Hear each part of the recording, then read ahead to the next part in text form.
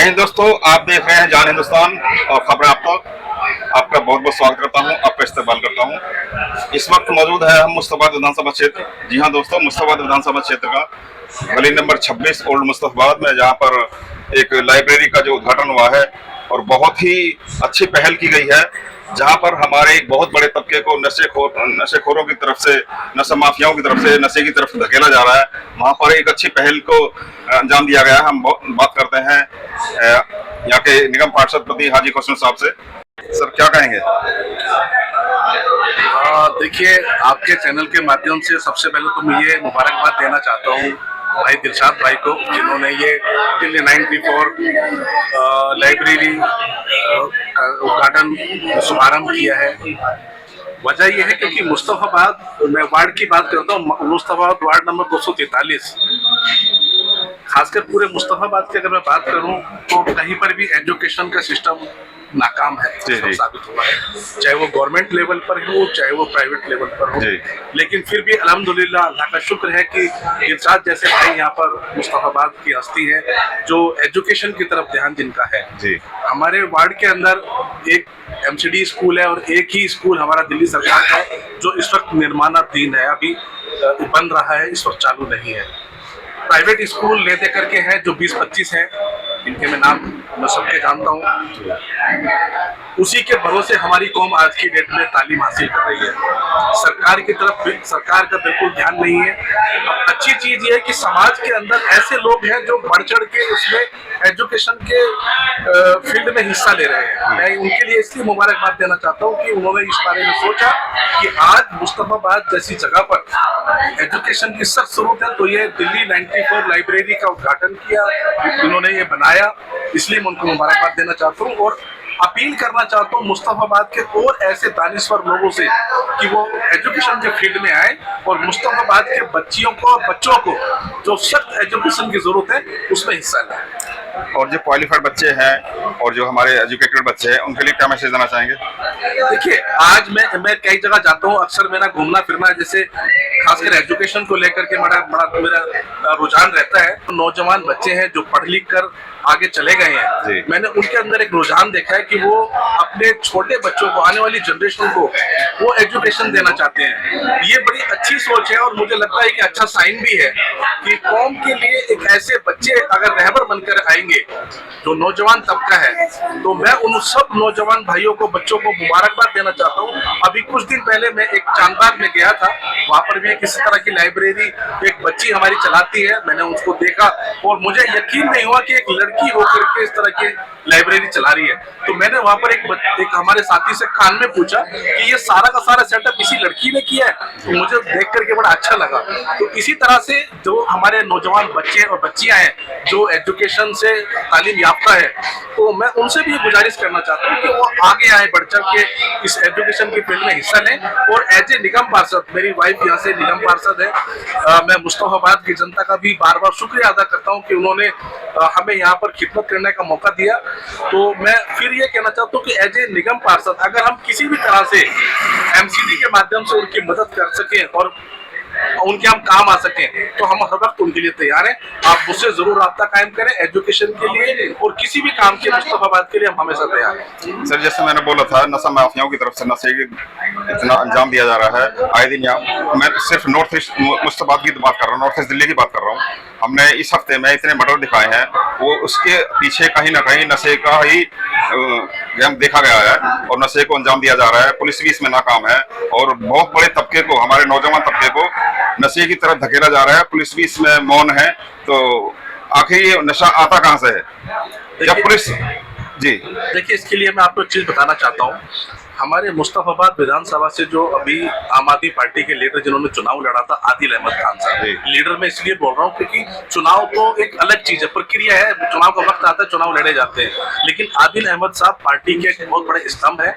और हमने पिछले वक्त में अभी हमारे जो लीडर है आदिल अहमद साहब, उन्होंने DCP साहब से मुलाकात की और इस सारे माहौल से रूबरू कराया। तो वहां से भी उनको ये आश्वासन दिया गया कि हम इसके ऊपर बड़ी कार्रवाई करेंगे। और मैं आपको बताना बताना चाहता हूँ उसी के लिहाज से एक कार्रवाई मुस्तफाबाद के अंदर चल रही है कि जो देर रात तक मार्केटें खुली रहती हैं, खाने के होटल खुले रहते हैं, इसके ऊपर अल्हम्दुलिल्लाह आदिल अहमद साहब के मिलने से वो कार्रवाई शुरू हो गई है। और रात को हमने देखा है कि कई बार पुलिस वाले आते हैं और रात में मार्केट को देर रात तक खुलने से रोकते हैं, क्योंकि उसकी वजह यह कि जब देर रात तक मार्केट खुलती है या होटल्स या चाय की दुकानें खुलती हैं तो जो हमारा नौजवान तबका है खासकर वो वहां पर अपना टाइम स्पेंड करते हैं। उससे नुकसान ये होता है कि रात के वक्त में जागने से वो हमारे जो बच्चे सुबह नहीं उठ पाते, तो उससे बड़ा एक बहुत बड़ा बहुत बड़ा अंजाम दिया जा रहा है, बड़ा नुकसान है। तो मैं ये इस बात से सेटिस्फाइड हूँ अपने आप में कि अल्हम्दुलिल्लाह ये काम हमारे आम आदमी पार्टी कर रही है, लगातार कर रही है। और जो हमारे लीडर आम आदमी पार्टी के आदिल अहमद साहब हैं वो भी पूरी तरह से मुस्तफाबाद की हर परिस्थिति पर नजर लगाए हुए हैं और जो भी उनके बस के काम है वो अल्हम्दुलिल्लाह किए जा रहे हैं और कर रहे हैं। कई बार तो मैं आपको एक हिस्सा आगे बढ़कर एक बात और बोलना चाहता हूँ। कई लोग बोल देते हैं कि आदिल अहमद साहब नजर नहीं आ रहे। देखिए, लीडर के लिए बहुत सारे काम होते हैं, पार्टी की तरफ से भी कई जिम्मेदारियां होती हैं, दूसरे स्टेट्स में भी जाना होता है, तो ये सब जिम्मेदारियों को निभाने के बावजूद फैमिली के भी मैटर्स होते हैं, अपनी ब्याह शादियां भी होती हैं, बहुत सारी चीजें होती हैं, आप सब जानते हैं, हम लोग सामाजिक लोग हैं सब लोग। इन सब के बावजूद आदिल अहमद साहब अपनी विधानसभा के लिए पूरा वक्त निकालते हैं और पूरी जिम्मेदारी के साथ उसको निभाते हैं। मैं ऐसे लीडर को सलाम करता हूँ और मैं ये भी कहना चाहता हूँ कि मुस्तफाबाद में अगर ऐसे लीडर होंगे तो इंशाअल्लाह रहमान आने वाले वक्त में मुस्तफाबाद का मुस्तकबिल बहुत सुनहरा और अच्छा होगा। हमारे साथ मौजूद हैं पूर्व प्रत्याशी आदिल खान के छोटे भाई जो इस हमारे साथ मौजूद है। क्या कहेंगे सर? जी, पहले तो आपके चैनल के माध्यम से मैं दिलशाद भाई को बहुत मुबारकबाद पेश करना चाहूँगा कि उन्होंने दिल्ली 94 लाइब्रेरी का इतना अच्छा शुभारंभ किया है मुस्तफाबाद के अंदर। देखिए, किसी भी एरिया का, किसी भी क्षेत्र का विकास अगर चाहिए होता है तो सबसे ज़रूरी होता है उसमें शिक्षा।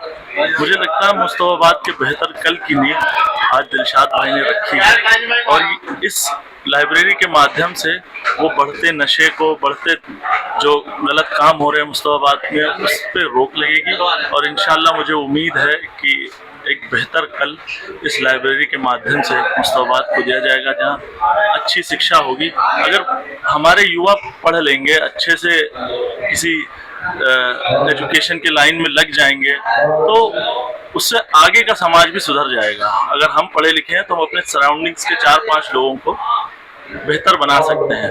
तो बहुत अच्छी पहल है ये। सोशल मीडिया पर एक बात चलती रहती है और ये चलती रहती है, हम देखते रहते हैं कि मुस्तफाबाद विधानसभा क्षेत्र में आदिल खान दिखाई नहीं देते, कहीं भी नजरदार रहते हैं, इग्नोर कर दिया है इलाका। क्या है ये एक प्रोपेगेंडा चलाया जा रहा है। आदिल अहमद खान हर जगह मौजूद हैं।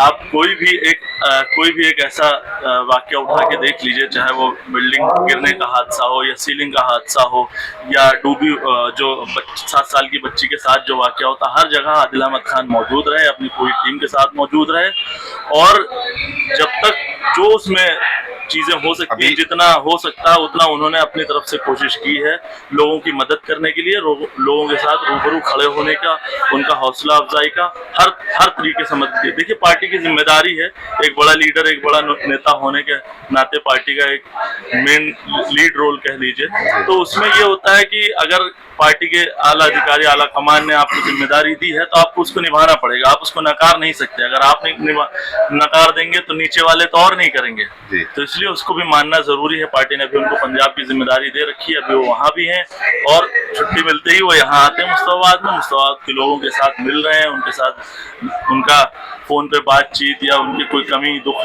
दर्द में शाना बशाना बिल्कुल खड़े हुए हैं। ऐसी कोई बात नहीं, ये प्रोपेगेंडा चलाया जा रहा है, इसका कोई मतलब नहीं।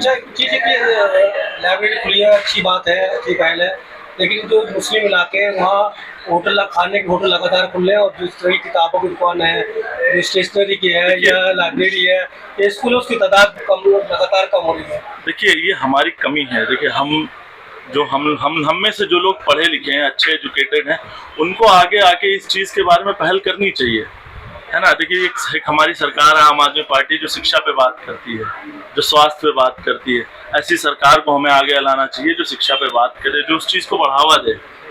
लेकिन आम आदमी पार्टी ने भी, अगर हम बात करें तो जो लाइब्रेरी खोली गई थी पूरी दिल्ली में, अलग अलग विधानसभाओं में, मुस्ताबाद में आम आदमी की खाते से एक भी लाइब्रेरी नहीं आई थी। ये दुर्भाग्य नहीं रहा? जी बिल्कुल, ये दुर्भाग्य रहा है। हो सकता है किसी वजह से नहीं खुल पाई हो सकता है जमीन जगह नहीं मिल पाई किराए की हो, बिल्डिंग बहुत सारी चीजें हैं, लेकिन अब इसके बारे में टिप्पणी करना मेरे ख्याल से उचित नहीं है। हमारे साथ मौजूद हैं अरशद प्रधान जी, क्या कहेंगे सर? सबसे पहले तो मैं मुबारकबाद दूंगा दिलशाद भाई को कि मुस्ताबाद के अंदर शायद ही इतनी शानदार जो लाइब्रेरी बनी है शायद ही इससे पहले कभी बनी, और इसके लिए मैं मुबारकबाद दूंगा आदिल अहमद खान साहब को भी कि जब वो मुस्ताबाद विधानसभा के अंदर आए थे तो उनका सबसे पहला जो जबान से उनका जो अल्फाज मैंने सुने थे वो सुनी थी एजुकेशन, पढ़ाई। और वो हमेशा आदिल भाई इस बात को कहते थे कि मैं मुस्ताबाद के बच्चे बच्चे के हाथ में कलम देखना चाहता हूँ। तो आज उस बात को मुझे यहाँ पर देख के महसूस हुआ कि दिलशाद भाई पे इस बात का सबसे ज्यादा असर हुआ। आज देखा जा रहा है कि बच्चे के हर हाथ में नशे का पदार्थ हैं, क्या है भाई इस चीज के लिए मैं मुस्तफाबाद की मेरी पैदाइश उसमें माइनर बच्चे भी इन्वॉल्व हैं। जी जी, मैं इस चीज के लिए इसके लिए मैं खुद मुस्तफाबाद के हम खुद इस चीज के लिए सबसे पहले जिम्मेदार है। अगर हम लोग मिलके सब लोग मिलके पहले जिम्मेदार जो इलाके के जिम्मेदार है वो लोग मिलके आवाज उठाएं, वो लोग मिलके अगर साथ चले तो इंशाल्लाह डीसीपीओ एसीपीओ डीसीओ कोई भी हो हमारी आवाज को भी सुनेगा, क्योंकि हम अकेले जो है ना हम अपनी जिम्मेदारी लीडर के ऊपर नहीं छोड़ सकते, क्योंकि बच्चे हमारे हैं तो जिम्मेदारी सबसे पहले हमारी बनती, बेटी हमारी है बेटे हमारे हैं तो जिम्मेदारी हमारी बनती, फिर हम लीडर के पास जाए और लीडर को साथ लेके चले। और जबकि आदिल भाई ने अभी जैसा हमारे माननीय निगम पार्षद जनाब हाजी खुशरू साहब ने बताया कि इस बारे में आदिल अहमद खान साहब डीसीपी साहब से भी मिले और इस लोगों के मुतालिक जितने भी लोग हैं उनसे मिले, और इंशाल्लाह कार्रवाई चल रही है इसमें कि आगे भी इसके लिए कुछ बेहतर उचित कार्रवाई की जाएगी इसके। हमारे साथ मौजूद हैं इस लाइब्रेरी के प्रोफेसर साहब, तो सर क्या कहेंगे सर? नहीं, मैं इस लाइब्रेरी का प्रोफेसर हूँ, मैं टोडीमल कॉलेज जी जी जी फैकल्टी हूँ। जी बहुत खुशायद पहल है, मुबारकबाद के बेइंतहा मुस्तहिक हैं दिलशाद भाई, और इस तरह की पहल मुस्लिम कॉलोनीज के अंदर होनी चाहिए, खासतौर पर दिल्ली के अंदर। यहाँ का नौजवान जो मुस्लिम नौजवान है वो भटक रहा है, उसके भटकाव को रोकना जरूरी है। देखिए स्किल की कमी नहीं रही है मुसलमानों के अंदर कभी भी, हुनर महारत उसका यूटिलाइजेशन सही तरीके से नहीं हो सका, वेस्टेज है, स्टैग्नेशन है और ड्रॉप आउट की बहुत बड़ी प्रॉब्लम है स्कूल्स के अंदर भी। और दिल्ली का जो स्कूली निज़ाम है जिस तरीके से बेहतर हो जाना चाहिए था वर्ल्ड क्लास, उस तरीके से गवर्नमेंट ने किसी भी गवर्नमेंट ने उसकी अनदेखी की है। भले उसके लिए शोर मचता रहो, नई बिल्डिंग्स बनाई है या टीचर्स की भर्ती उस तरीके से नहीं हो पाई। अभी भी मैं देखता हूँ टीचर्स कम्युनिटी से, मैं खुद आता हूँ तो मैं देखता हूँ कि परमानेंट टीचर्स की एक भारी किल्लत है इस वक्त भी। क्वालिफिकेशन के क्षेत्र में हमारे मुस्लिम समुदाय कितने नंबर देंगे सर आप? देखिए बहुत पिछड़े हैं, और अगर है तो उसका यूटिलाइजेशन नहीं हो रहा। नंबर तो मैं दे ही नहीं सकता, नंबर तो मैं एग्जाम में देता हूँ, लेकिन बहुत ज्यादा जरूरत है और इस तरह के लोगों की हमें सताइश करनी चाहिए, दिलशाद भाई जैसे लोगों की। ये इलाका मशहूर है बिरयानी कौरमे के लिए, नहारी के लिए, दीगर जिम विम में आजकल लोग जा रहे हैं। सेहतमंदी भी जरूरी है, सेहत को बनाना भी जरूरी है, लेकिन हमें इस बात को नहीं भूलना चाहिए कि कलाम पाक का पहला लफ्ज इकरा है, क्वालिफिकेशन इकरा यानी पढ़। किस तरह से पढ़? दीन के लिए पढ़, दुनिया के लिए पढ़, अपने लिए पढ़, समाज के लिए पढ़। हम उन सब चीजों को भूल गए हैं, यानी जो हमारा बेसिक इस्लामी अखबार के हिसाब से मकसद था हम उसे भी भूल चुके हैं। हम सब नेता बनते हैं, हम सब सियासतदान बन रहे हैं, लेकिन हमने कोई भी ऐसा आदमी नहीं जो अच्छा आदमी बने, एक अच्छा मुसलमान बने। तो प्रोफेसर साहब सर, जो नौजवान युवा हैं खासकर मुस्लिम इलाके वो पैसे की तरफ जा रहे हैं, जबकि खिदमत एजुकेशन खिदमत का एक जरिया है, एक समाज का एक अच्छा बनाने का जरिया है, लेकिन जो नौजवान है वो उस तरफ नहीं जा रहा। तो इस सोच को कैसे बदला जाए कि जब जाकर नौजवान आ रहा इस तरफ में जाकर खिदमत की तरफ जाए, एजुकेशन की तरफ जाए, लोग इंसानियत की तरफ जाए। तालीम में भी सुरूर है, लेकिन तालीम में भी सुरूर है, लेकिन ये वो जन्नत है जिसमें हूर नहीं। देखिए खुद को मिटाना पड़ता है तालीम हासिल करने, और ये तो हमारे बुजुर्गों की कमी रही कि वो पैसे की तरफ गए और उन्होंने अपने बच्चों को भी इस जानिब राग़िब किया। उन्हें कभी भी एक अच्छा इंसान बनने की तरकीब उन्होंने नहीं दी, और यही वजह है कि पैसा कमाने की होड़ इतनी ज्यादा बढ़ चुकी है कि आज का मुसलमान, आज का इंसान कुछ भी कर देने को तैयार है, सिर्फ उसे पैसा चाहिए, वो पैसे से ही अपना स्टेटस। तो इस तरह की सोच हमारी नहीं होनी चाहिए। हमें इस्लामी अखलाक की पासदारी करनी चाहिए। सबसे पहले हमें एक अच्छा इंसान बनना है। और देखिए समाज को आगे बढ़ाने की जिम्मेदारी हर आदमी की है, और हर नेता एक ही क्यों हो, नेता सभी होने चाहिए, मैं भी नेता बनूं, आप भी नेता बने, हर घर का हर आदमी नेता होना चाहिए। फैमिली की जिम्मेदारी उसके ऊपर है, किसी एक पर्टिकुलर आदमी को आप जिम्मेदार नहीं मान सकते, या इतना बड़ा नेता उसे मत बनाइए कि आप सारी की सारी अपनी ख्वाहिशात उसी से पूरी करना चाहें कि नेताजी ये करेंगे तब होगा। ये सब हमारी जिम्मेदारी है। मैं तो दिल से सलाम करता हूँ उस शख्सियत को जिन्होंने लाइब्रेरी बनाई है। इस तरह की पहल हर मुस्लिम इलाके के अंदर होनी चाहिए और यूटिलाइजेशन होगा हमारी एजुकेशन का। हमारा यूथ, खासतौर पर मुस्लिम यूथ, मुस्लिम कॉलोनीज में रहने वाला यूथ बहुत ज़्यादा स्किलफुल है, सिर्फ उसका यूटिलाइजेशन नहीं हो पा रहा है, उसकी काउंसलिंग नहीं हो पा रही है, उसे तरगीब और मोटिवेशन नहीं मिल रहा। जिस दिन ये सारी चीज़ें मिलेंगी तो यकीनन वो आगे बढ़ेगा। बहुत बहुत शुक्रिया।